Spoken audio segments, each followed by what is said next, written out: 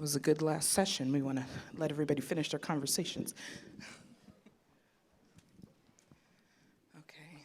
Well, welcome everyone. We are super excited to be here today. I'm super excited to be back at SphinxConnect in person from the pandemic. So this is a very holistic healing. Yes, somebody clap for that. Thank you. This is a beautiful moment, and this is a very critical topic. It's a very important topic, and the ladies that I get to share space with this morning are amazing in their own right. And of course, you can read more all about us in Hopin app, and as well, if you have questions for today, like the rest of the sessions, if you're not comfortable coming to the mic, which we hope you are, this is going to be an open conversation today. You can submit those on the Hopin app as well, and we'll hopefully get a chance to answer that. But I am also just a little brief snippet. You can read about our bios too in that space, but my name is Camille Delaney-McNeil. I'm a proud Sphinx Lead alum. I'm also currently director of the YOLA program with the LA Phil, and also director of their Beckmen YOLA Center. And today, what you have in expertise at the table is all aspects on the spectrum about education, whether that be in the elementary school space, in the high school space, in the college professor space, or in cultivating and uplifting curriculum in our institutions and our performing arts organizations. And when we were preparing for this session, lots of great themes came up. Lots of important topics that I will say often get overlooked. When we talk about our performing organizations or our orchestras, we often miss the element of how education plays into that. And it's a critical role. And it's a responsibility not just for us educators to the side, but it's a responsibility of an entire ecosystem. What is informing and being put on our stages directly ties back to what's going on into our classroom, into any of our educational spaces. And then you talk about the session title today, Pedagogy of the Oppressed. Many of us are familiar with Paulo Freire's work, Pedagogy of the Oppressed, really talking about critical pedagogy and the questioning of that, and what is the definition between oppressed and the oppressor. And if you haven't already taken time to read that literature, I highly suggest you do that. It is a deep-seated topic. It is a hard book to get through. But it's an important one to do that. And as a part of that, and as a part of this conversation, we wanted to just center and create a baseline of some of the important pillars that go into this. Because when you're talking about pedagogy of the oppressed, we come to the table with different understandings of what that means. And most importantly, there are 3 pillars that we have identified that really tie into the core of that. And it centers around equity, it centers around oppression, and it centers around trauma. And within that, when we talk about equity, to give us a little bit of framework for our conversation today, we're talking about the concept of imbalance and systematic barriers, right? So conditions and policies and procedures that are put in place that perpetrate inequities, and what groups are excluded from that, and what groups benefit from that. Then we talk about trauma. There's been a big push and movement over the past decade or so in our education field about trauma-informed pedagogy, and a lot of that is coming out of unexpected places, right? A lot of it is coming out of the health field, health worker field, right, where people are having direct interactions in our veteran communities, in our communities that are struggling from mental health, and tying that directly back into what's happening in some of these people's childhood and what's happening in their education or their lack thereof to date. So what are the impacts of generational trauma on learning, on development in the human brain. And then oppression is our third pillar. And Paulo speaks about this in his book, the concept of dehumanization versus humanization. The concept of pedagogy needs to be built on an equitable playing field with those who are, quote unquote, labeled in the oppressed category, not for them, right? And so how do we unpack that as educators? How do we authentically apply that to our pipelines and to our systems?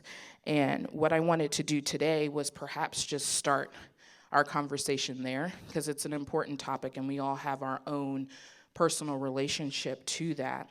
But I would love to just start with Taylor and go down the line about talking about these three pillars and how do they intersect for you in your personal educational experience and the topic of what this means to be an educator, and at what point perhaps did these three pillars come alive for you and collide in a way that you've now built your journeys in addressing these in different ways. Great. Great to see you all here. Thank you so much, Camille. My name is Taylor McTootle. I am Director of Education at Castle of Our Skins in the greater Boston area, and we are a music education and entertainment organization that works towards bringing equity to classical music in curriculum, in performance, in who's performing, in who's composing. I came to Castle of Our Skins from charter school education, and I saw and experienced the lack of access to representational expression, the ability for students to have agency over what they were learning and how they were able to express themselves, the freedom they had to express themselves. And what was lacking most of all in the charter school system was access to the arts. And transitioning to working at Castle of Our Skins, that's where I saw that void being filled. And so when it came to the students I was serving in charter schools, they were coming from so many different backgrounds, so many different experiences, dealing with poverty, dealing with racism, and their awareness so sharp, but the access to the tools to express their experiences in that condition, in that circumstance of just charter schools, liberal arts, felt limited. And so with Castle of Our Skins, at Castle of Our Skins, what we aim to do is to affirm student musicians' identities, affirm their experiences, so that they understand that in that space, in the space of the arts, there is space for everyone's experience. Wherever it's coming from, whatever level, whatever point of departure, you already come to the table with so much to offer. And at Castle of Our Skins, the idea is that there's space for creative expression from that point of departure. Yeah.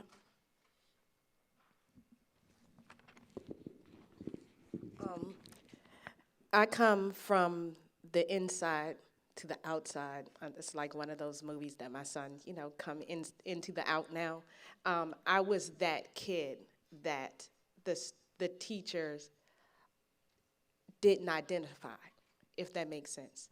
Because often when we think about equity and we think about the oppressed and we think about students who come from marginalized communities, we have a look. And I didn't look like I didn't have a home to go to when I left school. I didn't look like I didn't have food in my refrigerator. I didn't look like I was missing all these key things that in turn should have affected the outcome of my educational experience. I should have been the kid that was, marked, oh, this student hasn't been in school for 60 days, 90 days, 180 days, because when you're homeless, you move around, but what we don't always know about the oppressed is they're very resilient, and they're very good at being a chameleon in the atmospheres that they are forced to be in, and you turn into a survivalist. And in that survival mode, You learn how to not stand out. I knew I needed straight A's. If I was going to be in this school for a week, they weren't going to ask me questions like, what bus are you getting on? I'm not getting on a bus. They're not going to ask me questions that would expose that deep, dark secret of not having what I needed to thrive as a child. And that work kind of transitioned to me being a first-generation college student once I was adopted by a family member. And still, with all of that success, nobody had ever addressed the psychological issues that comes along with being a kid in the system, being a ward of the state, and not being quite prepared to be a studying musician. And it's really rooted in my first interactions in college and not wanting those same interactions to be what my students experienced. Kind of that shaming of what you don't know. You don't know what you don't know. And so I told a story about my first private instructor. You know, I had a clarinet that came out of an uncle's trunk that had been there for 10 years. And I was just happy to have an instrument of my own, not knowing that there's a such thing as professional instruments. And being told if I didn't come back with a certain model clarinet, and it was the infamous R13. I own one, and I still don't play it because I don't like it. It doesn't sound as great to me as everybody thinks it sounds. But he said, you know, if you don't have that instrument, change your major. And what that meant for me as a student who is studying something that's already not as welcomed in my family's community, that meant spending my last dime to get this instrument just so I can be a part of the space. That's that proving ground. So a lot of my work as I'm the large ensemble chair for our Music Educators Association. I'm also an adjunct professor at the University of Maryland, Baltimore County, and I'm over a liaison for the music education majors. A lot of my work is rooted in helping them identify that kid and what type of systems you should have in place as an educator so that kid does go to college if they choose and they do have experiences where they can advocate for themselves and also they can thrive in any situation. They're already survivalists. Kids like me, we survive, but we survive with trauma that we don't have to. So that's where this work is, where I'm rooted in this work. Hello, everybody. My name is Tammy E. I am a music education professor at Chapman University. I also teach at the Coburn School. I also work with Camille. I'm one of the conductors for the YOLA program. I'm so grateful to be here and be surrounded by all of you and build community with you this entire weekend. Just to go, just exactly what you were talking about. You mentioned earlier during our breakfast, I'm sorry to just segue into this, but you mentioned something so great. You said you want to teach those who are like you, right? And so very similarly, I can relate to what you're saying because I'm someone who grew up in Los Angeles, but I'm a first-generation student who didn't have the traditional pathway into going to college. I had to learn it the hard way because my parents don't speak English, and they both still don't speak English. And I had limited access because we grew up in poverty situations, and I grew up during the LA riots. So I was really surrounded by ethnic conflict, racism, systems of oppression as well. But at the same time, understanding how the Korean American community has been evolving in our community, and at the same time, seeing other communities of color getting impacted at the same time really created this awareness for me. So prior to being a music education professor, I was teaching in K-12 schools, and I worked as an orchestra teacher for a lot of diverse public schools. And an extension of my research really is about social justice and equity and seeding. And the reason for that is because of my personal experiences as an orchestra teacher in a school that was quite diverse, but in the orchestra program, there was two demographics. We had a large Haitian refugee population, and then the other one was affluent white. And so being an orchestra teacher who didn't have the traditional music education where I was exposed to conservatory training or any of those types of pedagogical approaches of motivation, just seeing the makeup of my class, I noticed how all my Haitian refugee children were sitting in the back of the orchestra, and the more affluent white students were sitting in the front of the orchestra. And for someone who's like really aware of the racism and the racial conflict, immediately I changed the seating because the students have been practicing traditional seating hierarchy for over 20 years, like in the school district. And so I created alternative seating practices where students are randomized for every concert and competition. And traditionally, orchestra teachers use this as a way, or seating hierarchy and chair challenges as a way to motivate students to practice. And we know that that system is unfair and unjust for students who come from diverse demographics. So as soon as I did that, it's really interesting as we're talking about Paul Freire, Pedagogy of the Press, because he talks about that oppression, and it was interesting to see how some of my students chose to sit in the back, and they chose to that's just the way it is. And there were some students who were like, I can never get ahead because I know that I don't take private lessons, and it requires me to have money and access to that in order to get ahead. So in the end, you have two different groups or two students, two types of demographics who are the Haitian refugee population students who are like, half of them give up, and the other one's like, hey, I see my oppression. So just creating an alternative seating practice in my class has really revolutionized my teaching, at the same time created more awareness, so equitable seating practices, but also understanding because me being first gen, my first language is Korean, or I say Konglish, Korean English.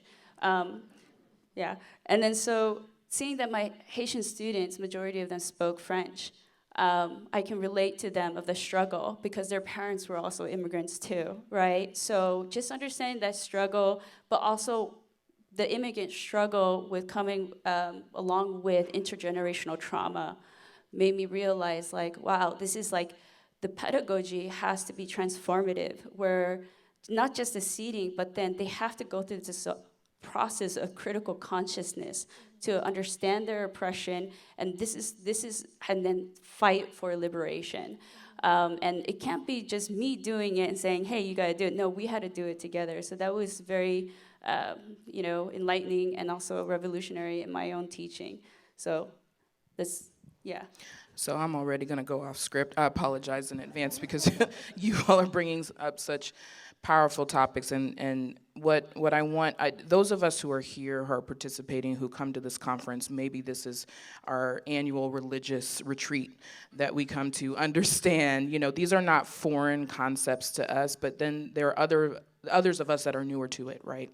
And I was actually recently asked a question by a colleague in the field, and we were talking about this idea and concept actually about, how are we empowering youth? Like, what is this magical thing that we have to do to empower youth and make them feel seen and heard?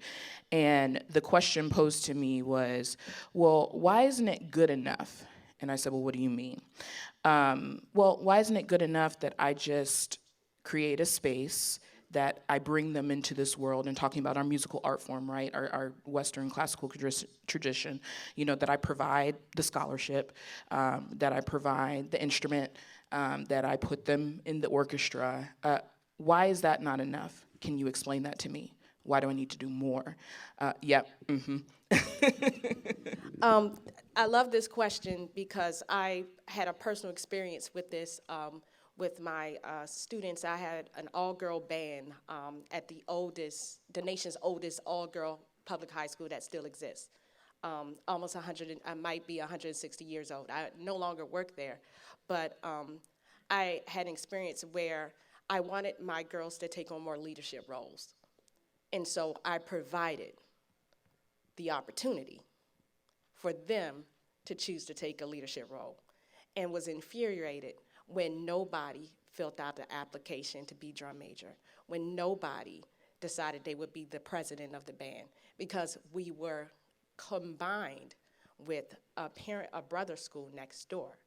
So for marching band, during the daytime, they were in their own cocoon of safety in this bubble, this safe haven where they were able to express themselves and emote their emotions and be authentically themselves.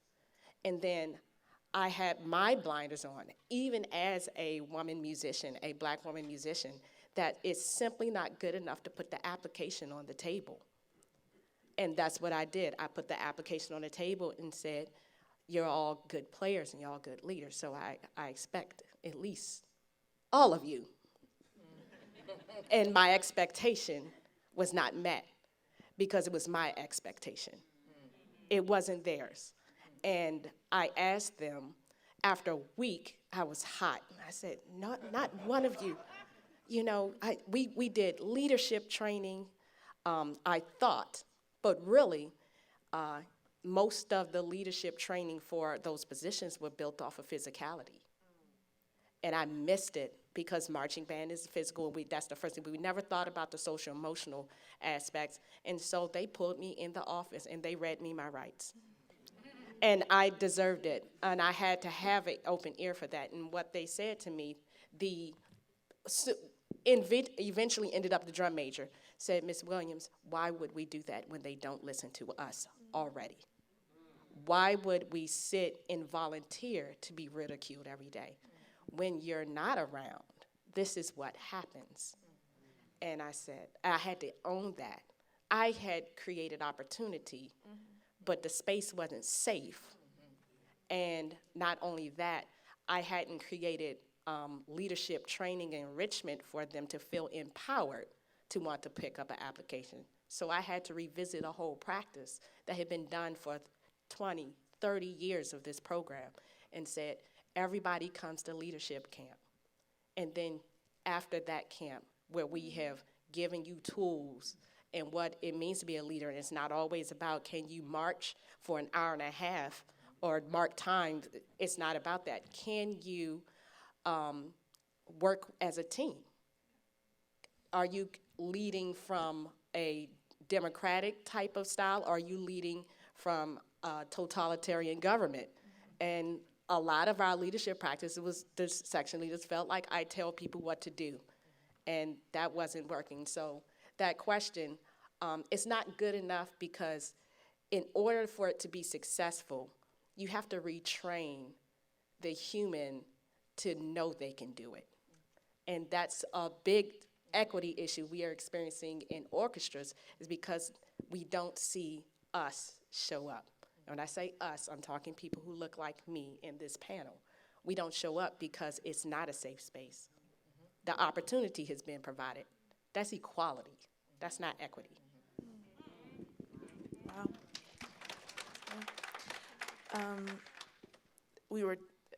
So much that you said just resonated with, the question and also the conversation we had earlier at breakfast when we talked about preparing for the panel, when we talked about what it means to be put in a position to have to prove yourself. Of course, we always have to prove ourselves, but the weight of that in an environment that isn't necessarily welcoming to who you are can be a burden and can be a hefty weight. So when you're talking about entering institutions, orchestras that may not inherently value what identity you bring to the table, that pressure to prove yourself can mean that you shy away from the opportunity, as you said your students did. Castle of Our Skins, this is the second year that we're offering.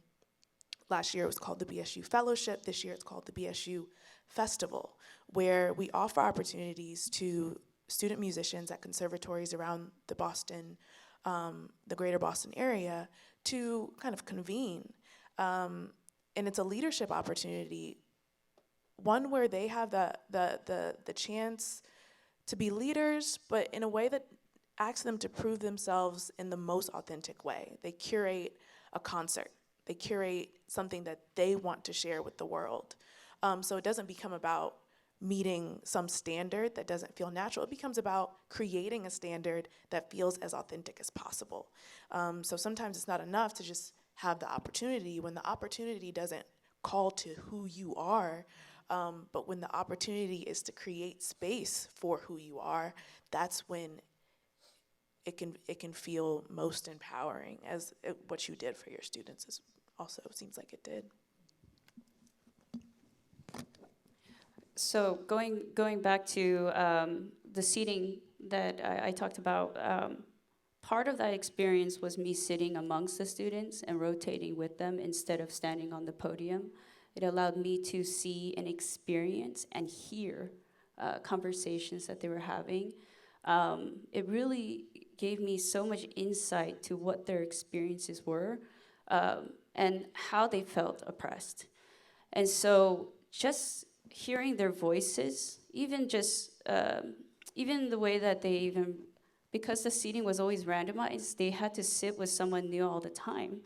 And how it liberated them, which was really interesting and fascinating, was that they started to see similarities between each other, and they started to see strengths among each other, and then started to cheer each other on. So no longer it was about who's gonna sit first chair, it was about the entire orchestra, including myself.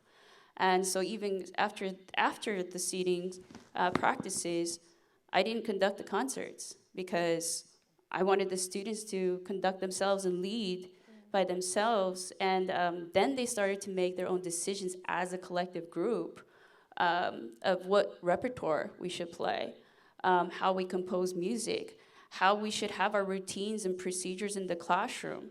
And so a group of students of 60 then became 100, because now there wasn't this, history of trauma of, oh, there's like this hierarchy, I can never get ahead. No, the entire football team joined the ensemble all of a sudden. And everybody, because like removing the whole competitiveness and just really being about the students and adjusting with the students' experiences and evolving with the students became, an incredible experience. This is so powerful in and of itself, and when I think about bringing back to a conceptual level about why, not only this question, why isn't it enough, but why even focus on these different elements? Well, first of all, there's been a financial shift and a financial dynamic shift at that for our performing arts institutions. So this is why it matters now, right? Diversity is good for business. Now this is hitting my bottom line. So now I'm paying attention to what you are bringing to the table, to the space that doesn't feel safe, to the stories that were covered, not heard for many, many, many, many years. And now, blessedly, we are all taking on the mantle of, well, we want to fight for equity, we want to be about diversity, we want to be DEI, we want to be DEIA, we want to be EDIB, we want to be EDI. Let's go back to Generation 1, which is beautiful. But when you take that mantle on, understand that we have to dig into these core elements, because what we are doing, especially as educators, is we are undoing historical norms that have put us in this position as well. So when we say we want to be about equity, it's not just about the present day, it's about everything that has happened generations before, and that is hard work, right? Changing mindsets that have been in place for hundreds, centuries and centuries and centuries, and elevating art forms over other art forms, and creating oppression and oppressed groups, not even consciously, but by default, right? And so we're not going out in the world, championing and saying we're the better, race, we're the better genre, we may not be doing that, but our practices and our daily habits show that. So as this educator, as taking on this mantle, we are rectifying those wrongs, and the world is changing rapidly. And so what we see with that financial shift is, if I don't get on board with this, then my cultural norm is diminished and it goes away. But I want to go back to this topic because this comes up, and I hope this is a question you challenge us with today, because we all have to reflect on it. But, and I think, Krystal, you brought this up when we had a conversation of, we're preparing our young people, our young musician, our young artists, as I like to describe, for these spaces that are predominantly white at times, or of a predominant type of culture, are we doing a disservice? What are we preparing them for? Because the change that's happening at this level is not matching the change that we are radicalizing at this learning level with our young people, bringing in concepts like ethnic studies, diversifying the canon, finding out and playing about Florence Price and others, but long before orchestras were doing that. Are we intentionally setting up our young musicians for failure, or what are we doing in pushing them to still pursue these arts pathways? So when we talk about code switching only exists because the person doing the switching has the burden to have a higher intellectual capacity than the person they're switching for, because you have to be bilingual to do it. And so I often push back, where does the burden, or where should the burden actually lie? So we spend a lot of time trying to train students for a space that they're not welcome in, instead of training the space to welcome them. And so, and I always push back on that, because I could survive in any situation. I could not say the same for some of my colleagues. Who is really the more qualified? And so if we're preparing them for the space, we should be preparing them to be their most authentic self. And if the space isn't welcoming, that's not the space for them. And some people say, well, that just means that we have continue to have a diversity issue. No, the diversity issue is going to be there regardless, because the oppressed eventually will stop trying to fit in. And they should, because the burden is not on the oppressed. The burden is not on the person to change who they are and what they are and all of the things they bring to the table just for the comfort of someone else. So that is when people will argue it down, I'm gonna come with blonde hair into this audition. You will see it before I speak. You may have a narrative before I speak, but at the end of the day, our skills have to start to speak louder than someone's bias. And if we don't bring our skills unapologetically, we're actually not even assisting in the change that we want to see. We're perpetuating it.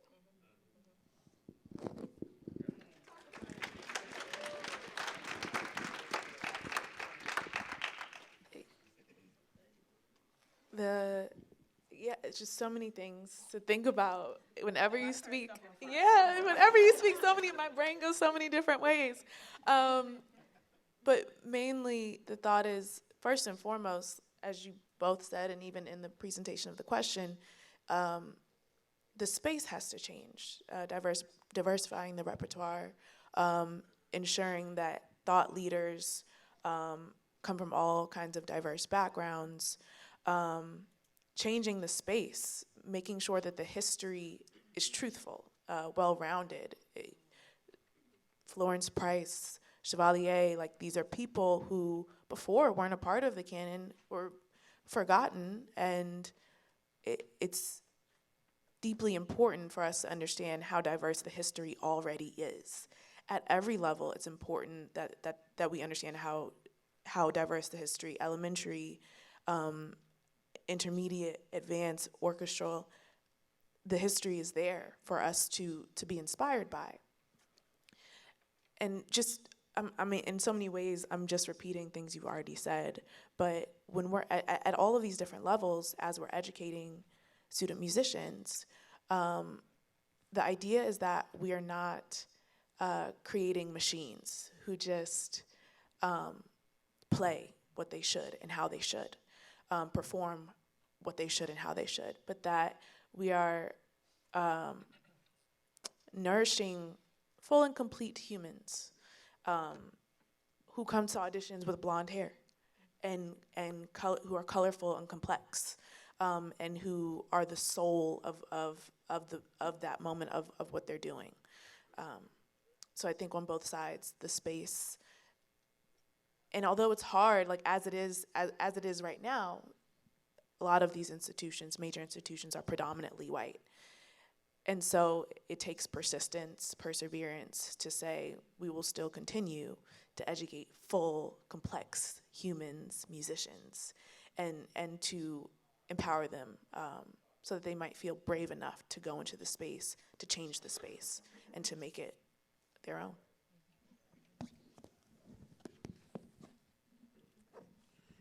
So going back to Freire's pedagogy of the oppressed and applying what his principles into what we do as artists, musicians, and educators, he talks a lot about capitalism and how, and many scholars after him have used his work and then applied where there's critical race pedagogy, critical race theory, and then there's scholars that talk about white supremacy.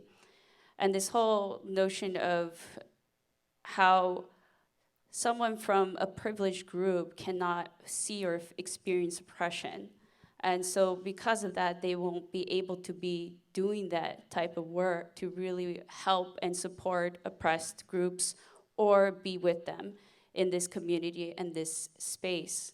And because when, for example, he talks about when an oppressed group tries to get ahead, they have to oppress others.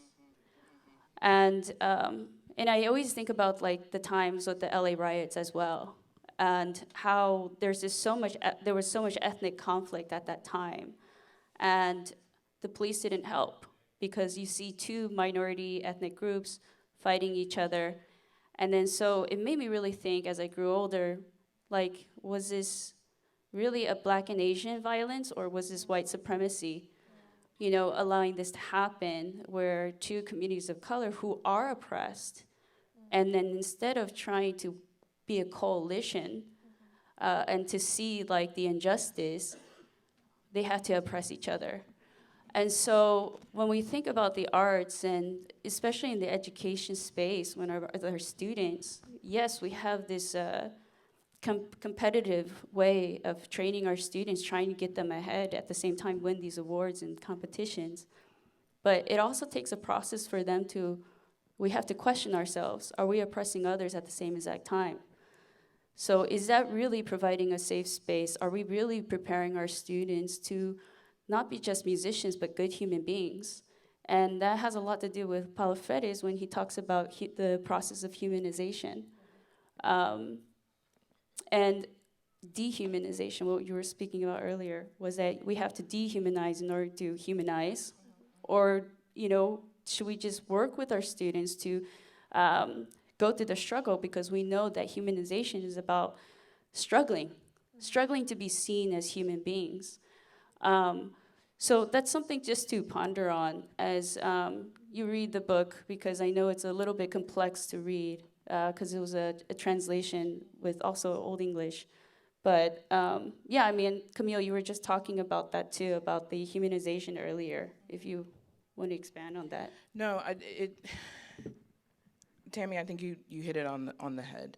The fact that we have to think in such binary forms, I mean, this is why even our society and culture now, I know a lot of us, I'm not putting myself in that category, but the proverbial, a lot of us struggle with, you know, the change in pronoun usage, right? And well, why is this concept? Because the binary thinking that we've limited ourselves to, and it almost goes back to our evolutionary days, right, of fight or flight. We literally needed to process in real time whether or not we needed to run or whether or not we needed to fight. We are beyond that now, but we still carry that with us in our DNA and in our coding, and then we try to filter that onto everyday life. And the arts, however, have the power to shift that. I mean, the orchestra literally is a physical and visual symbol of community and the power that it can have. But what that community does together is what defines whether or not we are truly being inclusive, if we are truly being equitable, if we are truly being evolutionary. I popped into a couple of sessions this morning that were very enlightening. One of them, I believe the session title was Impact, and it has leaders of some really innovative performance spaces and innovative orchestras, Chicago Sinfonietta being one of them. And, they talked about the need to create spaces that are innovative, right? And that you are appointing these leaders who are coming from these backgrounds, who are getting educated by the Krystals and the Taylors and the Tammys, and wanting to bring those concepts forward and getting stuck, right? And so their solution to date right now is relentless. This was a great thing that I wrote down, relentless incrementalism to make that change. And a lot of us are not willing to be patient. A lot of us are not willing to sit with that, but that's what it's gonna take. It's gonna take that persistent and relentless, moment by moment, pushing back to make those shifts and changes and to create that deformed binary thinking that we've been stuck to for so long. And I'm getting flagged that it is question and answer time. So patient. But we could go on for hours on this conversation, but would love to just take this opportunity to open it all to you in the room. Would love to hear from you. And also, I think we have some questions on Hopin, so thank you. Yeah. Hi, I'm Brianna Garcia. Hello. Hi, I'm Brianna Garson. I'm the current engagement liaison here at Sphinx. If you do not feel comfortable coming up, please put your questions into the Hopin app on the QA section. One of the questions we just received states, can you talk a bit more about the part of pedagogy of the oppressed that stresses helping the oppressed to recognize their own oppression? What are your insights on how we do that with young folks?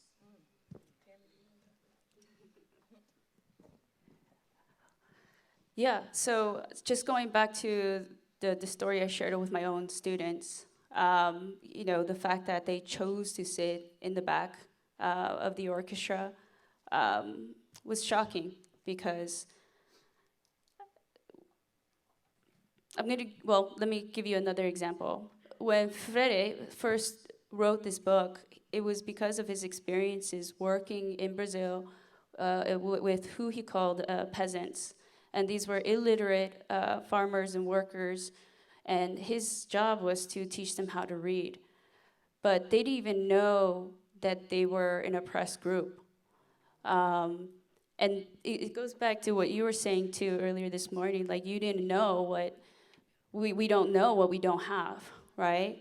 And so when he talks about the oppressed groups and the notion of weaponizing, is that they continue to keep themselves in that situation because anything outside of that is scary. It's like it's the unknown. It takes a great amount of confidence and liberation in order to get there.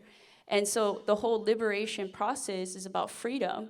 So how can an oppressed group fight for freedom when they don't even know they are an oppressed group or they don't know what they don't have, right? I hope that answers the question on Hopin. Yeah, I think on the one hand, oppressed groups know that they're oppressed in many ways, and I think the question is of how oppressed and what are they missing out on, what resources do they not have is a lot of times the mystery. Someone can know that their condition is different than what they see represented around them, but may not know the extent of lack of access that they have. So when it comes to showing oppressed groups that they are oppressed, I think that doesn't take it doesn't take much, but I do think that what it does take is exposure to other resources, increased access, and on top of that, understanding that there is space for you there. There's space for you among the resources. There's space for you where there is access. You belong there too. And so even at Castle of Our Skins, we have a collection of original repertoire by Black composers, which we offer to organizations around the Boston area. And along with that, they also get coaching and play side by side with our string quartet. And so this idea, not only that there's original composition by Black composers that you can play, but you can also play alongside professional musicians. So it's already saying where you are is already the space where you belong. Like you are already here, there's already access here, you belong next to professional musicians. So there's so much reflected back to students when they understand that they have access and that they have access to those resources. If I can just quickly build on that too, I think something to point out is the incredible power of the human being to be conditioned and socialized into certain ways of thinking and to certain ways of behaving. And I actually challenge myself and just hearing this conversation and thinking about it, we're talking about, oppressed categories, oppressor, those who are oppressed. But I think the power, and going back to the question about the youth and the young people in this, the power is revealing to them that this has been a systematic oppression built for you, but you are valid right where you are. And because this particular culture, art form, way of being in existence has been elevated, does not negate what you bring to the table, your experience. It is not devalued. It is not less than. So you need to build this up. You need to embrace this. You need to be your authentic self. And I think that's something we need to be really, really mindful of not just saying, hey, we're going to create this pathway, we're going to create this access for you to join this. We're also going to help you uncondition and untell the narratives to yourself that what you experience is not good enough in your way of the world. And the fact that you are illiterate on a farm, but you know how to farm. You know how to feed yourself. You know how to track the sun and the stars. You know when it's going to rain. So, but I can read a book. You know what I mean? So I think I can too. So I mean, let's think about that concept of where we're placing value. Thank you so much. My name is Brittany Burgess. I'm the operations director for Buffalo String Works, an El Sistema inspired program, fully strings. I recently started at Buffalo String Works about 5 months ago as the operations director. And in my second month, we opened up 2 new programs, 2 new sites on the east side of Buffalo, which are predominantly African American or Black. The kids are wonderful. Specifically, I wanted to ask a question about our middle school. It's middle school boys, 40 boys, 5th grade to 8th grade. And they are so incredible, they're so smart, and they're young Black men. And so my question is, right now we find some, a hard time getting them to talk to each other nicely. And a big part, right, a big part of, thank you for what you were saying, a big part of our program is really going into the community, but also finding ways for them to be their own type of leader. So my question is, I wrote it down, how do we create a space for the students to feel like they can empower each other? I like this because about 10 years, no, maybe more than that, I'm dating myself, I had a class, heterogeneous class of boys, and I'm saying that by what they were classified as, of 40 middle school boys.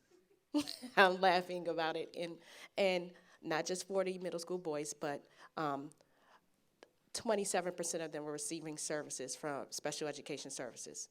I had about 20 students with an IEP diagnosed, and then about 7 with a 504 plan, and no teacher aid. That class was split before they came to us. Like often what happens when you teach the arts is that for English and math, the class size is this, and now I get the whole broad of students. And I had to reframe, and it's interesting, I've taught all boys and then at an all-girls school, but some things were the same. I had to become knowledgeable about what made them tick. And that started with surveys. It started with surveys. Like, you know, we take for granted those little surveys that they give in school, but you learn so much about students. And then I would present them with, these are things that we can do if we can meet these agreed upon things. And so my classroom all of a sudden didn't have tables anymore or chairs because they wanted space. And I said, oh, they just taught me that they felt restricted because a lot of my students came from apartment living where they didn't have space. And it became colorful, and it became a lot of these challenge games for them to kind of be able to communicate in a way that we can say wired boys think differently. There's studies about that, and especially at adolescence. And I have a 12-year-old right now, so pray for me. But they think differently, and I had to honor what those different types of communication look like. And I had a very breakthrough moment where one of the students came in. He was very depressed, noticeably, and like I saw a kid get up out of his seat. You know, normally say, you sit down at desks. We don't have desks anyway. And he got up and he just gave him a hug. And he said his brother got shot last night, but he still wanted to come to school to be around his brothers. And I completely lost it.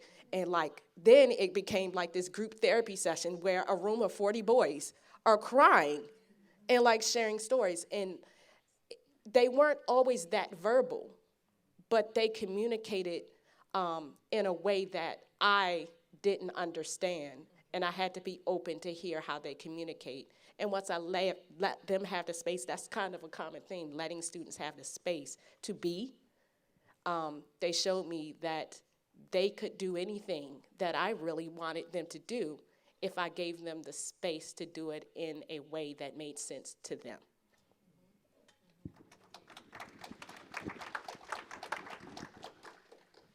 Hi, my name is Ivory Stevenson. I'm currently a viola performance major at the University of Arizona, and I'm currently embarking on a archival research project at my school, basically finding all of the repertoire that's been programmed by the various ensembles over the past 10 years.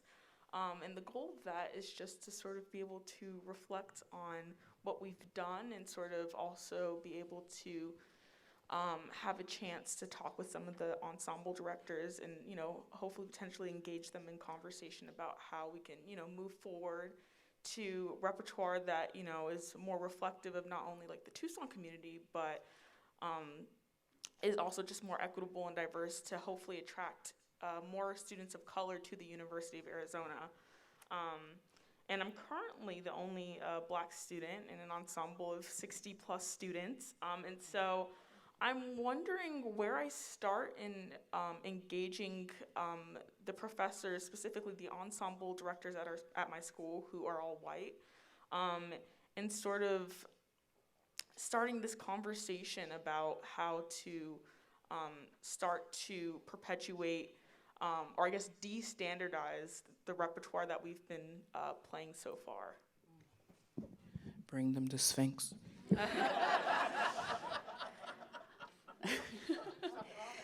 Hi, that's a great question. I actually used to teach at University of Arizona.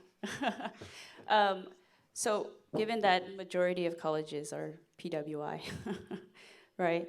I also teach at Chapman, and we have a very small population of students of color. And one of the ways that I created space for students was by creating the first collegiate mariachi ensemble. And what's really exciting is that I do have experience at mariachi groups, but the space didn't become about just mariachi or the music. It became about first-gen students who needed a family. It became about community building.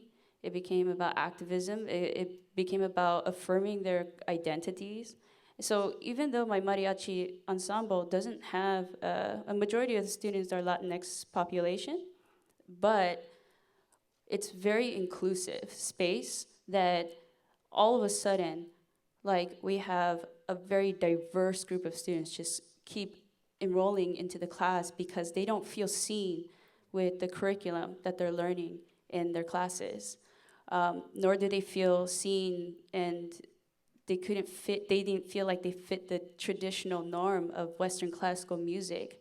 And so my suggestion would be to create a space, right, for students who don't feel seen, and a space for them to feel safe. We've been talking about safe spaces, but to also have those brave conversations, right, within that safe space to promote this activism that goes not just in that community, but on the broader context of the campus.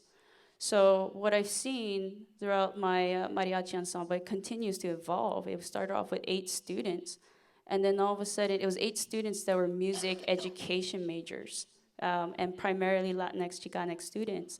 Then next year, it became interdisciplinary. All these different majors started to join the ensemble, because it didn't become just the identity of mariachi, it became the identity of students, who are first gen.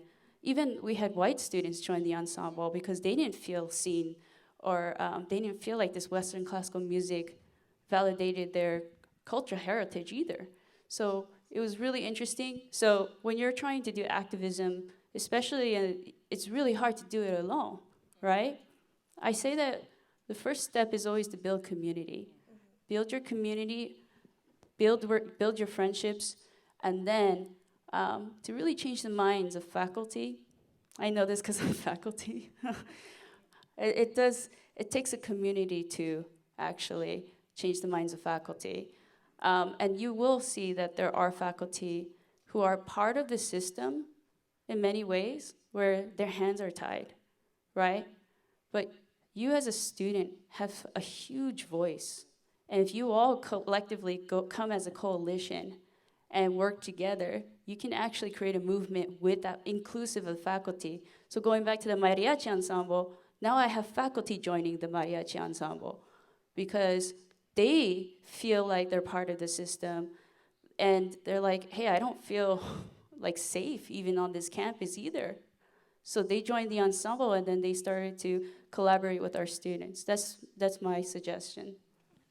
Thank you. I probably don't need this microphone, but I'm James Mohammed. Thank you so much. I'm James A. Mohammed, president of the USC Radio Group, operates Classical California, KUSC Los Angeles, KDFC San Francisco. Great to see our folks from YOLA.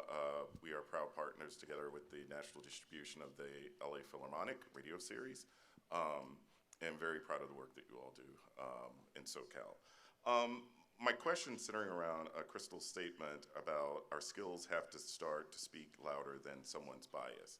So when we think about classical music, among institutions, there's an ecosystem. So when you look at the individual institutions in the performance space, you have a board, usually the most powerful people in the community, in many instances in the country and the world.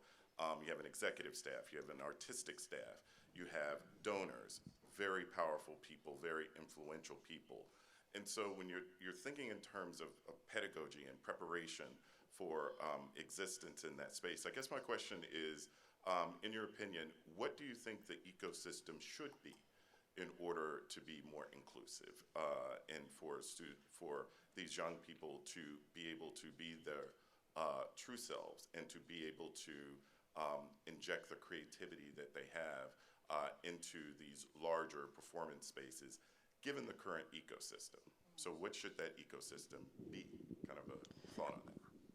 Well, I think that all of those type of organizations need a DEIA committee, because you have to get the stakeholders in the same room willing to talk about what needs to change. Something we're doing at Maryland is that the first thing we did, our first faculty meeting was about curriculum. and everybody being pulled to the table, and what things we saw in the curriculum that was working and what was not working when it came to inclusivity of our students.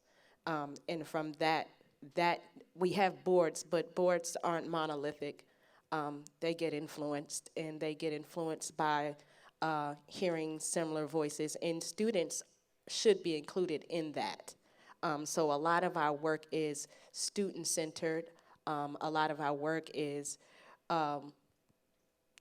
reprogramming ourselves as professors to address things that we notice and that students bring up, and not running from the conversation. And so this ecosystem needs to be more inclusive. Just the people at the seats at the table has to look like the seats out in front of us. And most of the time the board doesn't. And not being fearful of bringing that up in conversation.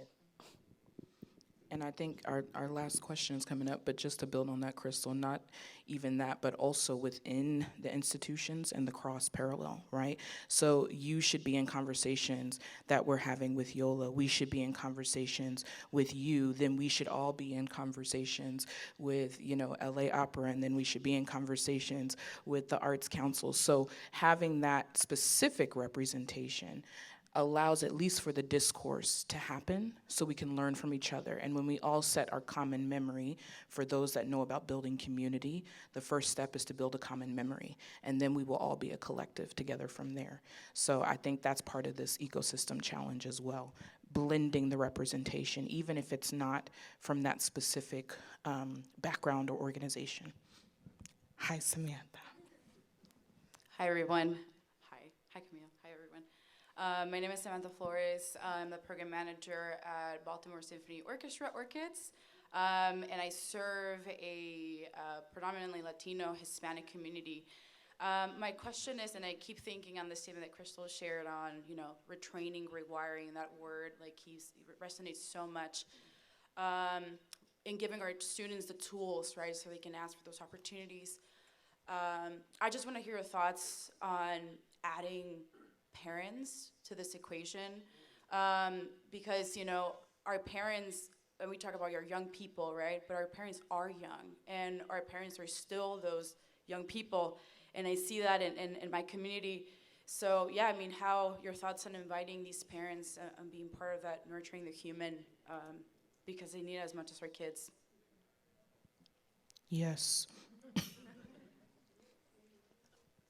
Yeah, I think one important aspect of the programming that we do at Castle of Our Skins is outreach with music organizations, of course, and student musicians, as I've mentioned, but also reaching audiences that may not be classically trained. And I think it's very important to educate your audiences as well. And parents are oftentimes a part of that audience. How do they relate to what their child is doing? How do they participate in encouraging them in their journey? They're their first audience. And so I think it's really important to, in our partnerships with various libraries in the Boston area, is bringing the music there so that it's commonplace and it's exciting for those who might be adjacent to the community. Parents are the ecosystem, right? And so you're absolutely spot on. It is an often neglected word. We're very focused as educators on our young people, on our young people, on our young people. But when they leave us, they are exposed to an entirely different world. And what are we doing to not only share with them, but also to hear from them what impacts their day-to-day, what they want and desire for their child, and what they're learning side by side, and creating that coexistence is critical, absolutely critical. We are way out of time, but it's been so fun, y'all, to have this conversation with you. And what we do hope you take away as actionable steps, even if you just do one thing, is to ask yourself these critical questions. When I'm taking on these mantles of being equitable, of being trauma-informed, of thinking about concepts of oppression in my pedagogy, am I prepared to take all that comes with that? And if I'm not, I'm going to step out of the way and allow someone who is. And with that, I leave you to it, and have a wonderful rest of your conference. Thank you. Thank you, panel.